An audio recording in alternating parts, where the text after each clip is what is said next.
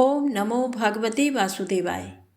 आप सभी का हमारे YouTube चैनल पर हार्दिक स्वागत है। आज विजया एकादशी पर आइए सुने एकादशी व्रत की पौराणिक कथाएं और विष्णु चालीसा पाठ।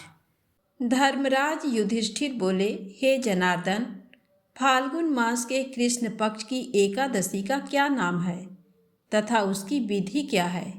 कृपा करके आप मुझे बताइए। तब श्री भगवान बोले, हे राजन, फाल्गुन मास के कृष्ण पक्ष की एकादशी का नाम विजया एकादशी है। इसके व्रत के प्रभाव से मनुष्य को विजय प्राप्त होती है। ये सब व्रतों से उत्तम व्रत है।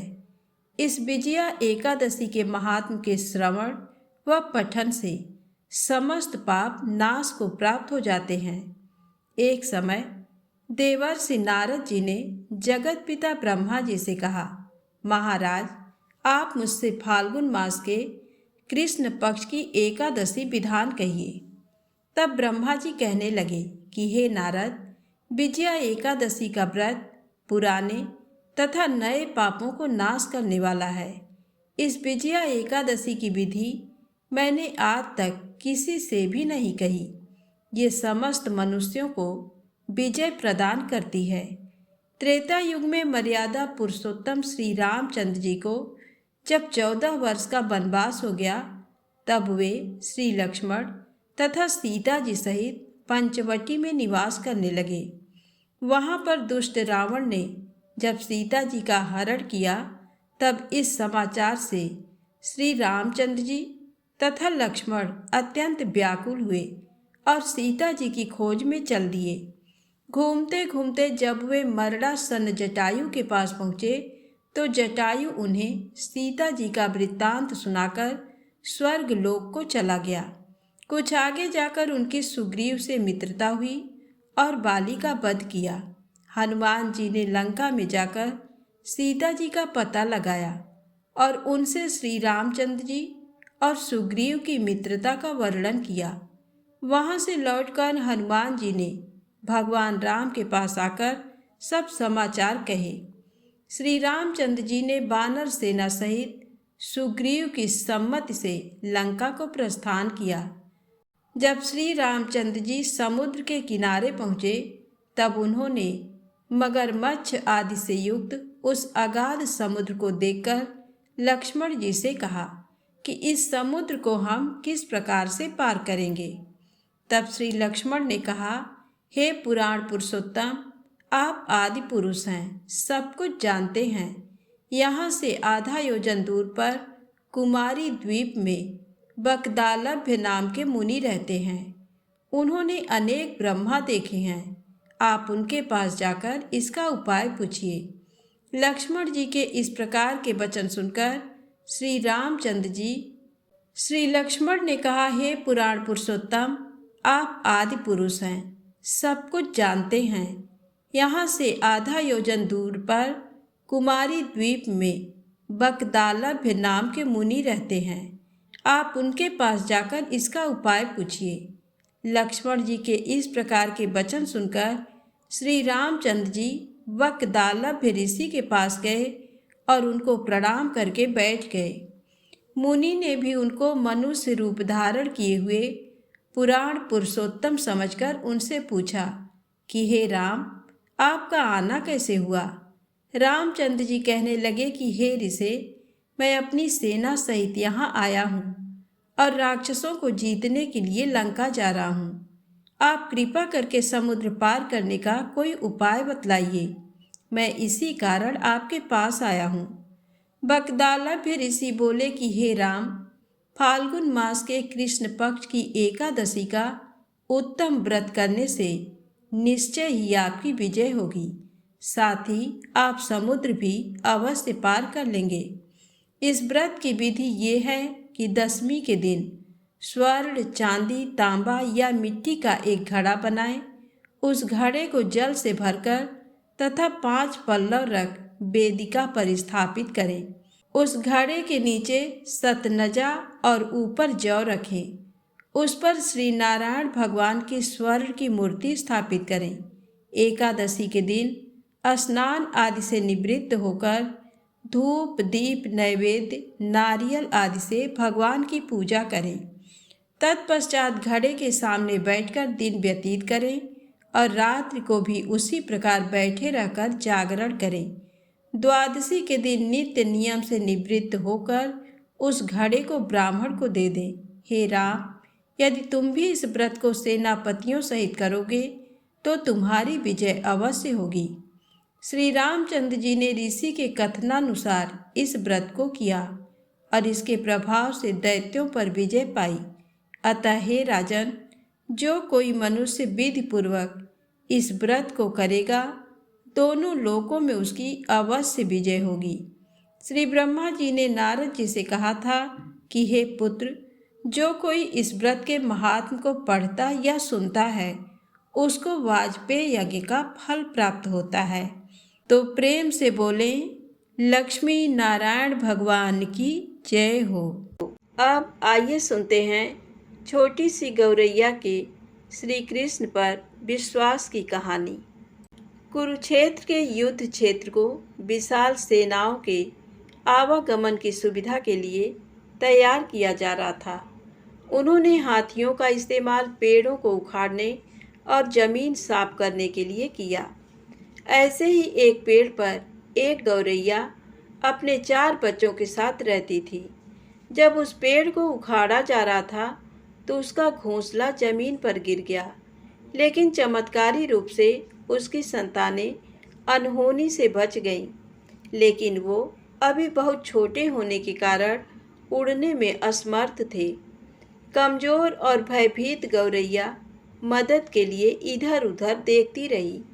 तभी उसने कृष्ण को अर्जुन के साथ वहां आते देखा। वे युद्ध के मैदान की जांच करने और युद्ध की शुरुआत से पहले जीतने की रणनीति तैयार करने के लिए वहां गए थे। उसने कृष्ण के रथ तक पहुंचने के लिए अपने छोटे पंख फड़फड़ाए और किसी प्रकार श्री कृष्ण के पास पहुंची। हे कृष्ण, कृपया मेरे बच्चों को बचाएं, क्योंकि लड़ाई शुरू होने पर कल उन्हें कुचल दिया जाएगा। सर्वव्यापी भगवान बोले, मैं तुम्हारी बात सुन रहा हूँ, लेकिन मैं प्रकृति के कानून में हस्तक्षेप नहीं कर सकता। गौरैया ने कहा, हे भगवान, मैं जानती हूँ कि आप मेरे उद्धार करता हैं। मैं अपने बच्चों के भाग्य को आपके हाथों में सौंपती हूँ। अब ये आपके ऊपर है कि आप उन्हें मारते हैं या उन्हें बचाते हैं। काल चक्र पर किसी का बस नहीं है। श्री कृष्ण ने एक साधारण व्यक्ति की तरह उससे बात की, जिसका आशय था कि वहाँ ऐसा कुछ भी नहीं था जिसके बारे में वो कुछ भी कर सकते थे। गौरैया ने विश्वास और श्रद्धा के साथ कहा, प्रभु, आप कैसे और क्या करते हैं वो मैं नहीं जान सकती। आप स्वयं काल के नियंता हैं, ये मुझे पता है। मैं सारी स्थिति एवं परिस्थिति एवं स्वयं को परिवार सहित आपको समर्पण करती हूँ। भगवान बोले, अपने घोंसले में 3 सप्ताह के लिए भोजन का संग्रह करो। गौरैया और श्री कृष्ण के संवाद से अनभिज्ञ अर्जुन गौरैया को दूर भगाने की कोशिश करते हैं। गौरैया ने अपने पंखों को कुछ मिनटों के लिए फुलाया और फिर अपने घोंसले में वापस चली गई। 2 दिन बाद शंख के उद्घोष से युद्ध शुरू होने की घोषणा की गई। कृष्ण ने अर्जुन से कहा कि अपने धनुष और बाण मुझे दो। अर्जुन चौंका, क्योंकि कृष्ण ने युद्ध में कोई भी हथियार नहीं उठाने की शपथ ली थी। इसके अतिरिक्त अर्जुन का मानना था कि वह ही सबसे अच्छा धनुर्धर है। मुझे आज्ञा दें भगवान, अर्जुन ने दृढ़ विश्वास के साथ कहा।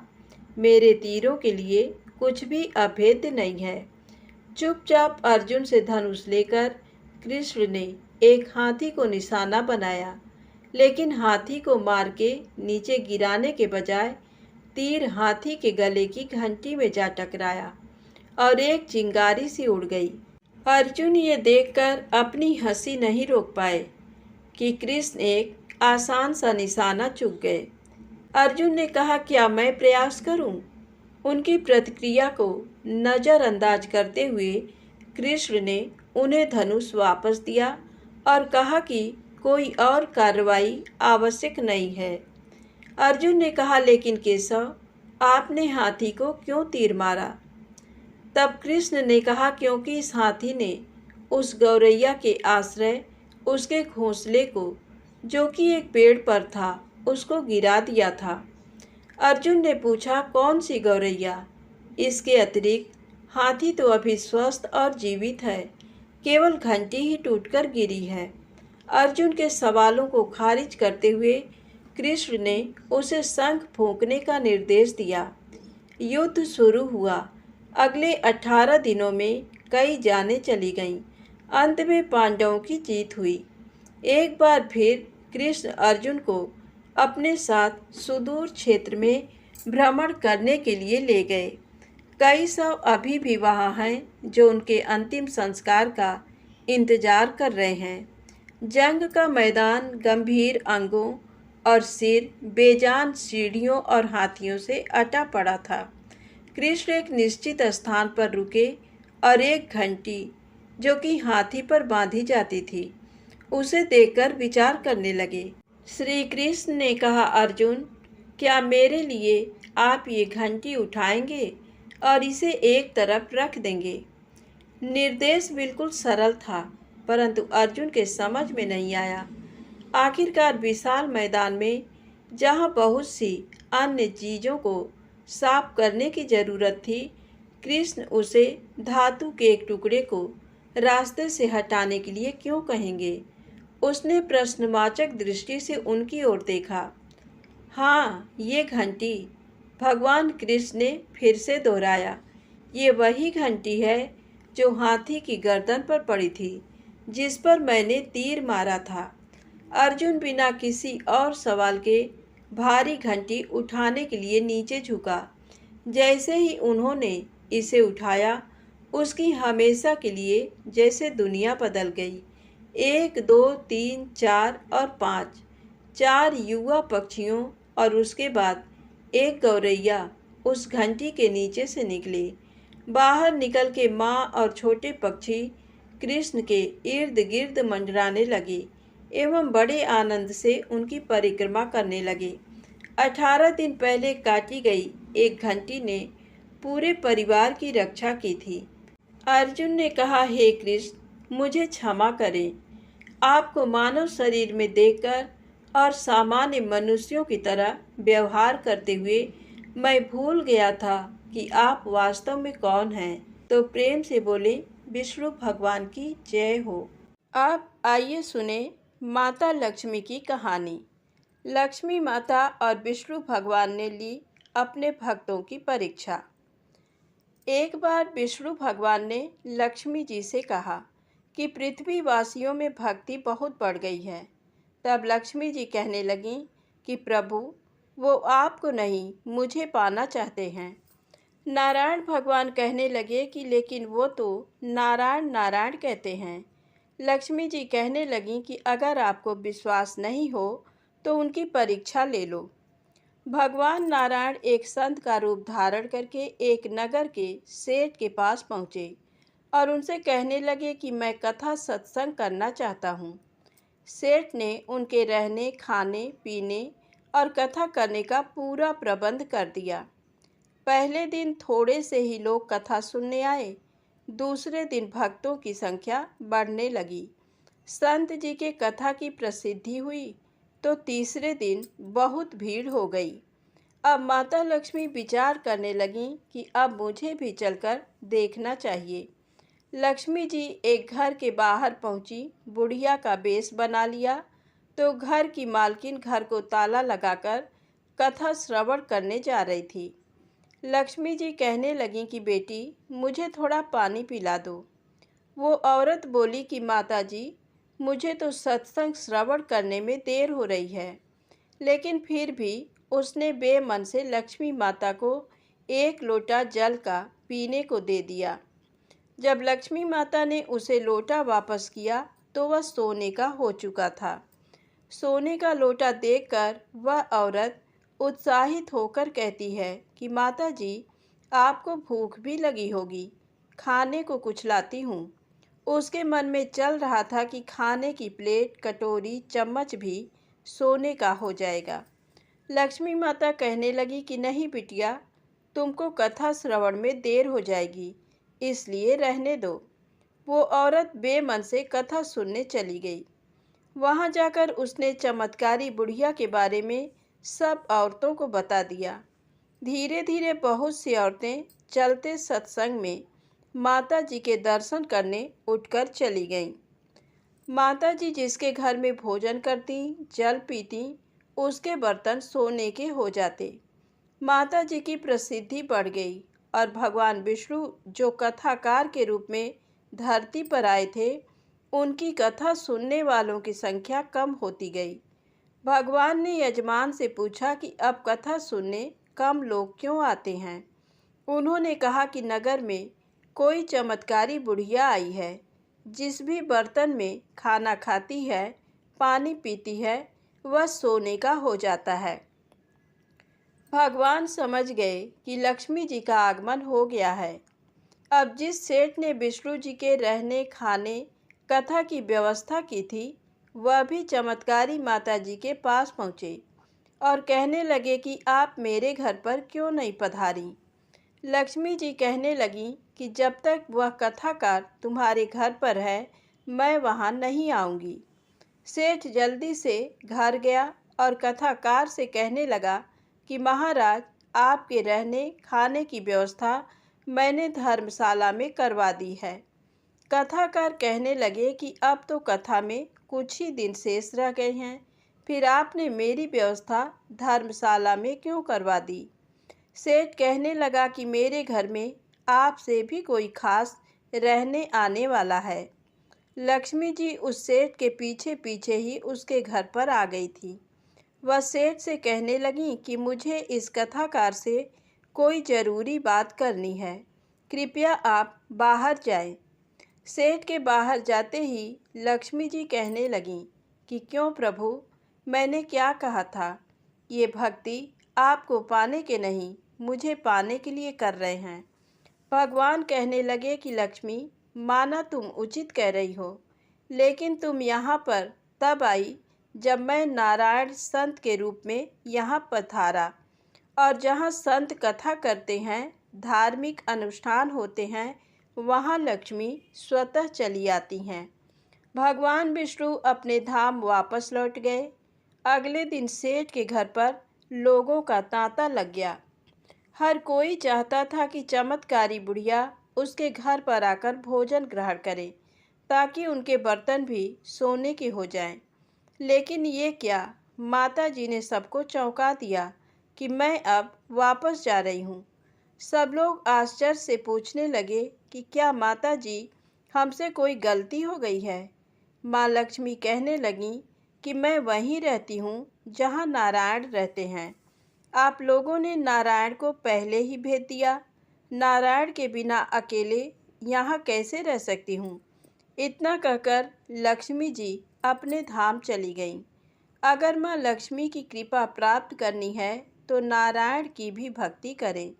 तो लक्ष्मी जी स्वयं पीछे पीछे आ जाती हैं, क्योंकि लक्ष्मी जी नारायण के साथ ही रहती हैं।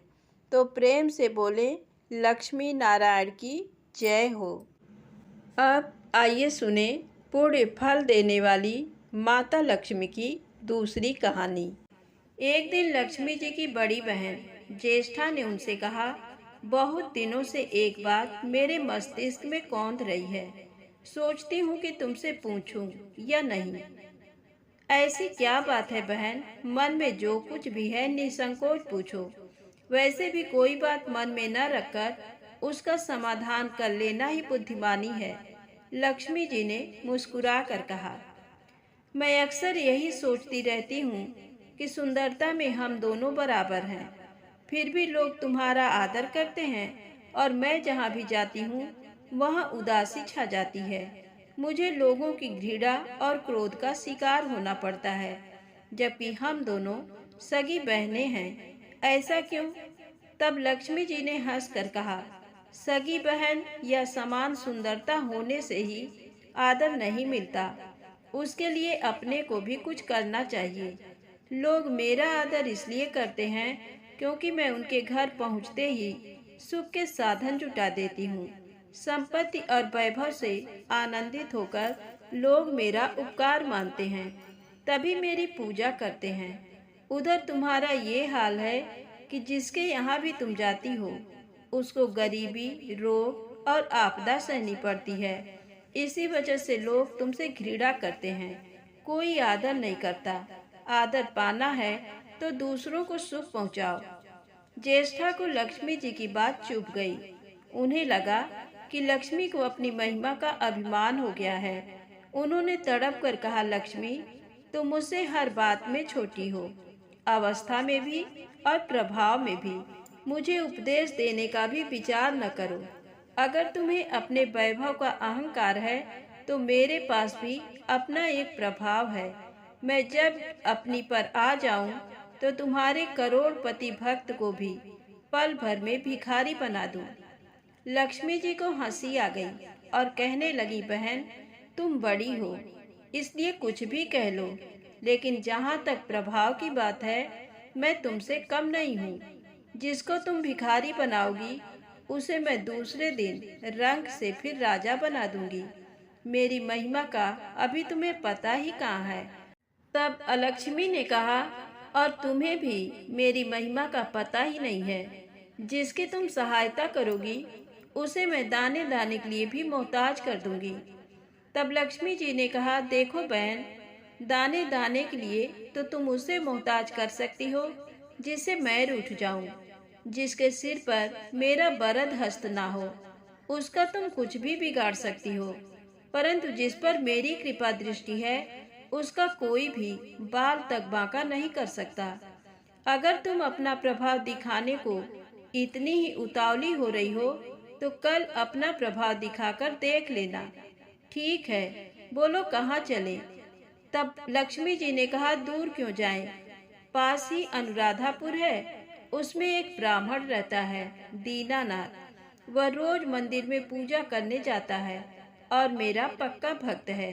उसी पर हमें अपनी अपनी महिमा दिखानी है। ज्येष्ठा को ताव आ गया। उन्होंने हाथ झटक कर कहा, ठीक है, देख लेना, कल तुम्हारा सिर ही झुक जाएगा। कहकर वह एक ओर चली गई। लक्ष्मी जी वहीं खड़ी बहन के क्रोध और अहंकार पर मुस्कुराती रहीं। दूसरे दिन दोनों बहनें अनुराधापुर के विष्णु मंदिर में पहुंची। उन्होंने वेश बदल रखा था। साधारण स्त्रियों की तरह वे दोनों मंदिर के द्वार पर बैठ गईं। लोगों ने ध्यान देने वाली कोई खास बात थी भी नहीं। वह मंदिर था और वहां हर रोज दीन दुखी आते जाते रहते थे। वहां आने वाले सभी किसी न किसी परेशानी में घिरे रहते थे। फिर भला उन्हें किसी दूसरे की परेशानी से क्या सरोकार हो सकता था। थोड़ी देर बाद वहां दीनू पंडित आया। दोनों बहनों की नजरें उस पर जम गईं। पूजा करके जब वह लौटने लगा तो ज्येष्ठा ने कहा, लक्ष्मी वह तुम्हारा भक्त आ रहा है, बन पड़े तो कोई सहायता करो। तब लक्ष्मी माँ ने कहा, हाँ करती हूँ। तब लक्ष्मी जी ने कहा, एक पोला बांस दीनू के रास्ते में रख दिया जिसमें मोहरें भरी हुई थी। ज्येष्ठा ने बांस को छूकर कहा, अब तुम मेरा प्रभाव भी देख लेना। पूजा करके लौट रहे दीनू ने रास्ते में पड़ा हुआ वह बांस का टुकड़ा उठा लिया। उसका विचार था कि वह किसी काम आ जाएगा। घर में 100 जरूरतें होती हैं। अभी वह पंडित कुछ ही आगे बढ़ा था कि उसे एक लड़का मिला। लड़के ने पहले पंडित जी से राम राम की, फिर बड़ी ही नम्रता से बोला, पंडित जी मुझे अपनी चारपाई के लिए बिल्कुल ऐसा ही बांस चाहिए। दादाजी ने ये कहकर भेजा है कि जाओ बाजार से ले आओ। ऐसा बांस पंडित जी कहाँ मिलेगा?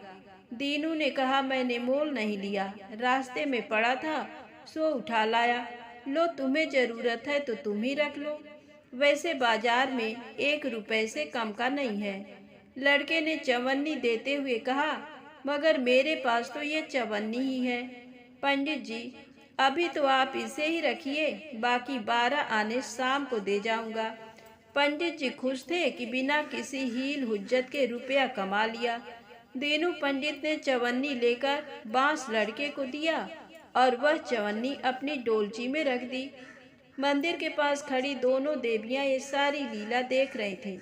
ज्येष्ठा ने कहा, लक्ष्मी, देखा तुमने, तुम्हारी इतनी सारी मोहरे मात्र एक चवन्नी में बिक गई, और अभी क्या, ये चवन्नी भी तुम्हारे भक्त के पास नहीं रुकेगी। चलो उसके पीछे चलते हैं और देखते हैं कि क्या होता है। दोनों बहनें दीनू के पीछे पीछे चलने लगी। एक तालाब के पास दीनू ने डोलची रख दी और कमल के फूल तोड़ने लगा। उसी बीच एक चरवाहे का लड़का आया और डोलची में रखी हुई चवन्नी लेकर भाग गया। दीनू को पता ही नहीं चला। फूल तोड़कर वह अपने घर चलने लगा। इतने में वही लड़का आता हुआ दिखाई दिया जिसने चवन्नी देकर उससे बांस ले लिया था। करीब आकर वह बोला, पंडित जी, ये बांस तो बहुत वजनी है। दादाजी ने कहा है कि कोई हल्का बांस चाहिए, इसकी चारपाई ठीक न होगी। ये लीजिए, आप अपना बांस वापस ले लीजिए। कहकर उसने बांस पंडित जी के हवाले कर दिया। दीनू ने बांस ले लिया, लेकिन चवन्नी तो डोलची में थी ही नहीं। तब उसने कहा, बेटा, चवन्नी तो कहीं गिर गई, तुम मेरे साथ घर चलो, वहाँ दूसरी दे दूंगा। इस समय मेरे पास एक भी पैसा नहीं है, तब आप जाइए, मैं शाम को आकर घर से ले लूंगा। ये कहकर लड़का अपनी राह लौट गया। बांस फिर से पंडित जी के ही पास आ गया और लक्ष्मी जी हौले से मुस्कुराईं। उनको इस प्रकार मुस्कुराते देखकर ज्येष्ठा मन ही मन में जल उठी। वह बोली, अभी तो खेल शुरू ही हुआ है, देखती चलो कि मैं इसे कैसे तिगनी का नाच नचाती हूँ। दीनू बेचारा इन सब बातों से बेखबर अपनी ही धुन में आगे बढ़ा चला जा रहा था। उसे क्या पता था कि वह शतरंज का मोहरा बना हुआ है। वह तो धूप छांव की भांति दोनों बहनों का प्रभाव सहता चुपचाप चला जा रहा था। आगे चलकर गांव का एक अहीर मिला। उसने दीनू को चवन्नी वापस करते हुए बताया, पंडित जी, मेरा लड़का आपकी डोलची से ये चवन्नी उठा लाया था। वह बड़ा ही शैतान है। मैं आपकी वही चवन्नी लौटाने आया हूँ। हो सके तो उस शैतान को माफ कर दीजिएगा। दीनू ने आशीर्वाद देकर चवन्नी ले ली और प्रसन्न मन से उस लड़के को पुकारने लगा जो शाम को घर आकर चवन्नी लेने की बात कहकर लौटा जा रहा था। आवाज सुनकर लड़का लौट आया।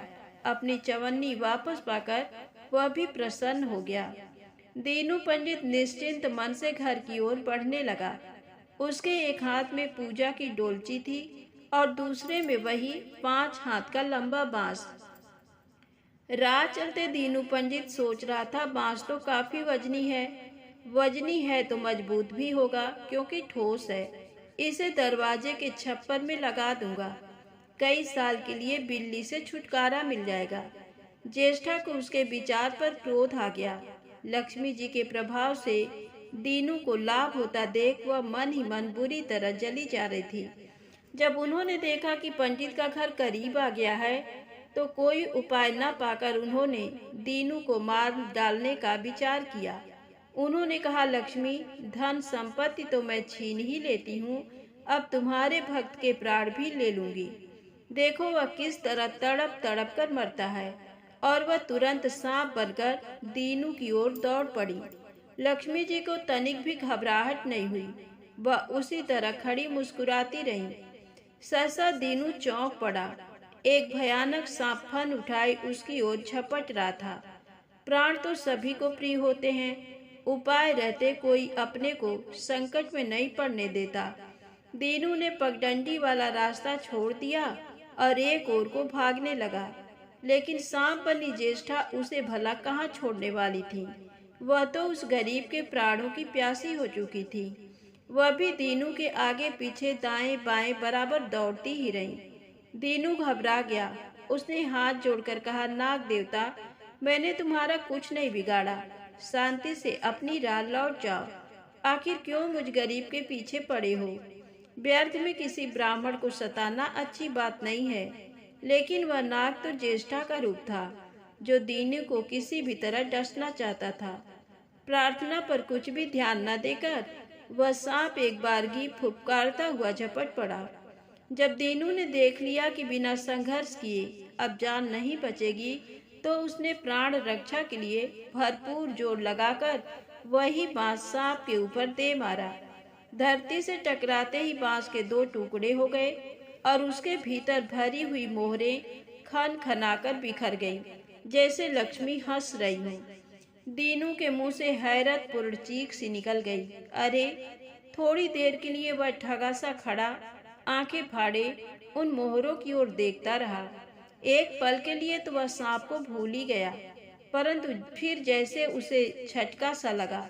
सांप का ध्यान आते ही उसने उसकी ओर गर्दन घुमाई तो देखा कि बांस की चोट से सांप की कमर टूट गई है और वह लुहान अवस्था में झाड़ी की ओर भागा जा रहा है। दूसरे क्षण वह मोहरों पर लौट गया और कहने लगा, तेरी जय हो लक्ष्मी माता, जीवन भर का दारिद्र्य आज दूर हो गया। तेरी महिमा कौन जान सकता है। चलो अब घर बैठकर तुम्हारी पूजा आरती करूँगा। और फिर जल्दी जल्दी उसने सारी मोहरें अंगोछे में बांध दी और लंबे लंबे कदमों से घर की ओर चल दिया। पीछे एक पेड़ की छाया में खड़ी लक्ष्मी अपनी बहन ज्येष्ठा से मुस्कुराकर पूछ रही थी, कहो बहन, सच बताना, बड़प्पन की थाह मिली कि अभी नहीं। बड़प्पन किसी को कुछ देने में ही है, उससे छीनने में नहीं। ज्येष्ठा ने कोई उत्तर नहीं दिया, वह चुपचाप उदास खड़ी रही। लक्ष्मी जी ने उनका हाथ पकड़कर कहा, फिर भी हम दोनों बहनें हैं, जहाँ रहेंगी साथ ही रहेंगी। आओ अब चलें। तो प्रेम से बोलें, लक्ष्मी माता की जय हो। आइए सुने विष्णु चालीसा पाठ। विष्णु सुनिए विनय, सेवक की चितलाय, कीरत कुछ वर्णन करूं, दीजय ज्ञान बताए। नमो विष्णु भगवान खरारी, कष्ट न सामन अखिल बिहारी। प्रबल जगत में शक्ति तुम्हारी, त्रिभुवन फैल रही उजियारी। सुंदर रूप मनोहर सूरत, सरल स्वभाव मोहनी मूरत। तन पर पीतांबर अति सोहत, बैजंती माला मन मोहत। शंख चक्र कर गदा बिराजे, देखत दैत्य असुर दल भाजे। सत्य धर्म मद लोभ न गाजे, काम क्रोध मद लोभ न छाजे। संत भक्त सज्जन मन रंजन, धनुजय असुर दुष्टन दल गंजन। सुख उपजाय कष्ट सब भंजन, दोष मिटाय करत जन सज्जन। पाप काट भव सिंधु उतारण, कष्ट नाश कर भक्त उबारण। करत अनेक रूप प्रभु धारण, केवल आप भक्ति के कारण। धरणी धेनु बन तुम ही पुकारा, तब तुम रूप राम का धारा।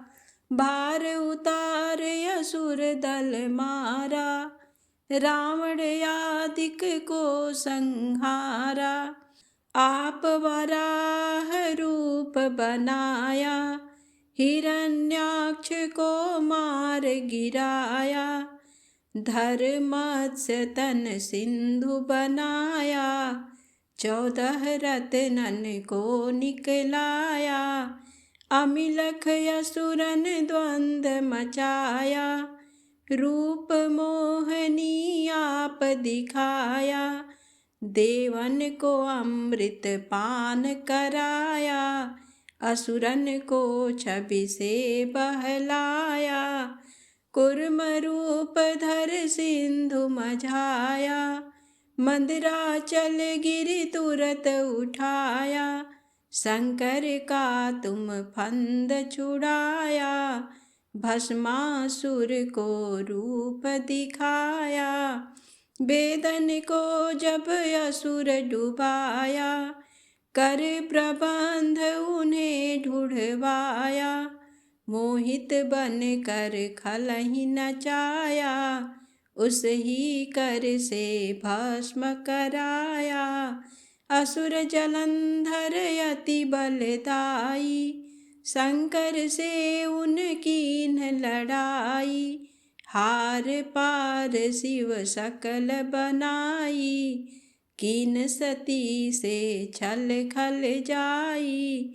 सुमिरन कीन तुम्हें शिवरानी, बतलाई सब विपत कहानी। तब तुम बने मुनीश्वर ज्ञानी, वृंदा की सब सुरति भुलानी। देखत तीन धनुज शैतानी, वृंदा आय तुम्हें लपटानी। हो इस पर धर्म क्षतिमानी, हना असुर उर शिव शैतानी। तुमने ध्रुव प्रहलाद उबारे, हिरणाकुश आदिक खल मारे। गणिका और अजामिल तारे, बहुत भक्त भव सिंधु उतारे। हरहु सकल संताप हमारे, कृपा करहु हरि सिर जनहारे। देखहु मैं निज दरस तुम्हारे, दीन बंधु भक्तन हितकारे। चाहत आपका सेवक दर्शन, करहु दया अपनी मधुसूदन। जानू नहीं योग्य जप पूजन, होय यज्ञ ये स्तुति अनुमोदन। शील दया संतोष सुलक्षण, विदित नहीं व्रत बोध विलक्षण। करहूँ आपका किस विधि पूजन, कुमति बिलोक होत दुख भीषण। करहूँ प्रणाम कौन विधि सुमिरन, कौन भांति मैं करहूँ समर्पण। सुर मुनि करत सदा सेवकाई, हर्षित रहत परम गति पाई। दीन दुखिन पर सदा सहाई, निज जन जान लेओ अपनाई। पाप दोष संताप नसाओ, भव बंधन से मुक्त कराओ। सुत संपत्ति दे सुख उपजाओ, निज चरणन का दास बनाओ। भक्त सदा ये विनय सुनावे, पढ़े सुने जो जन सुख पावे। प्रेम से बोले विष्णु भगवान की जय हो।